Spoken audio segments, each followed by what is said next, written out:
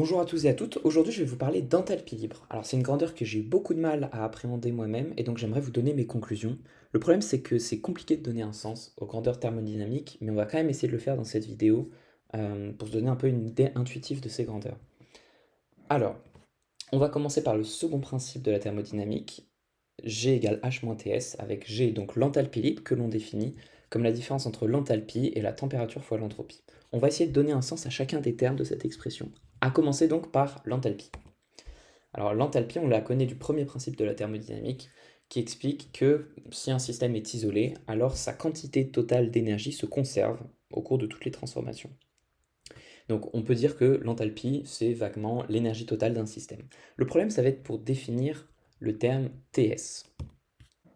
Alors TS, c'est le terme entropique. Normalement, vous avez déjà entendu parler d'entropie, elle s'apparente au chaos moléculaire. C'est-à-dire que pour un système isolé, le chaos moléculaire de ce système ne peut qu'augmenter, et essayer de réduire ce chaos moléculaire demanderait de l'énergie. Donc en fait, T fois S, c'est une énergie qui est associée au chaos moléculaire. Par exemple, si on prend deux gaz répartis dans deux compartiments isolés, et que d'un coup on les laisse se mélanger, on va créer du chaos moléculaire, parce que les deux gaz, jamais au cours de leur agitation thermique, ne vont se reséparer pour revenir à l'état initial. Et donc on crée du chaos moléculaire, et ça peut se mesurer en énergie, c'est le terme T fois S.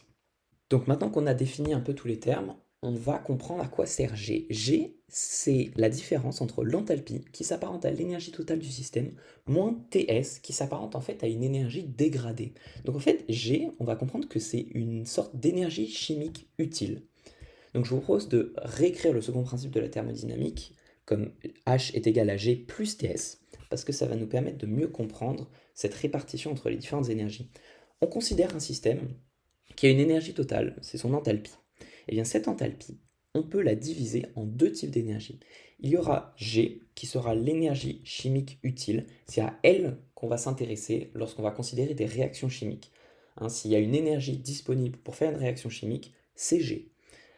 Et Ts, qui est un terme d'énergie dégradée, qui correspond donc au chaos moléculaire, à l'énergie qui a été perdue au fil du temps, et c'est quelque chose qui est assez irréversible. Donc retenez bien ça, si vous voulez donner un sens franchement aux grandeurs thermodynamiques, vous pouvez considérer que H, c'est l'énergie totale du système, que Ts, c'est l'énergie dégradée du système, qui est perdue, et que G, l'enthalpie libre, c'est l'énergie chimique utile du système, c'est à elle qu'on va s'intéresser dans toutes les réactions chimiques. Donc merci beaucoup d'avoir regardé cette vidéo, j'espère revenir rapidement avec quelque chose qui se rapprochera peut-être plus de la physique, comme le théorème des moments.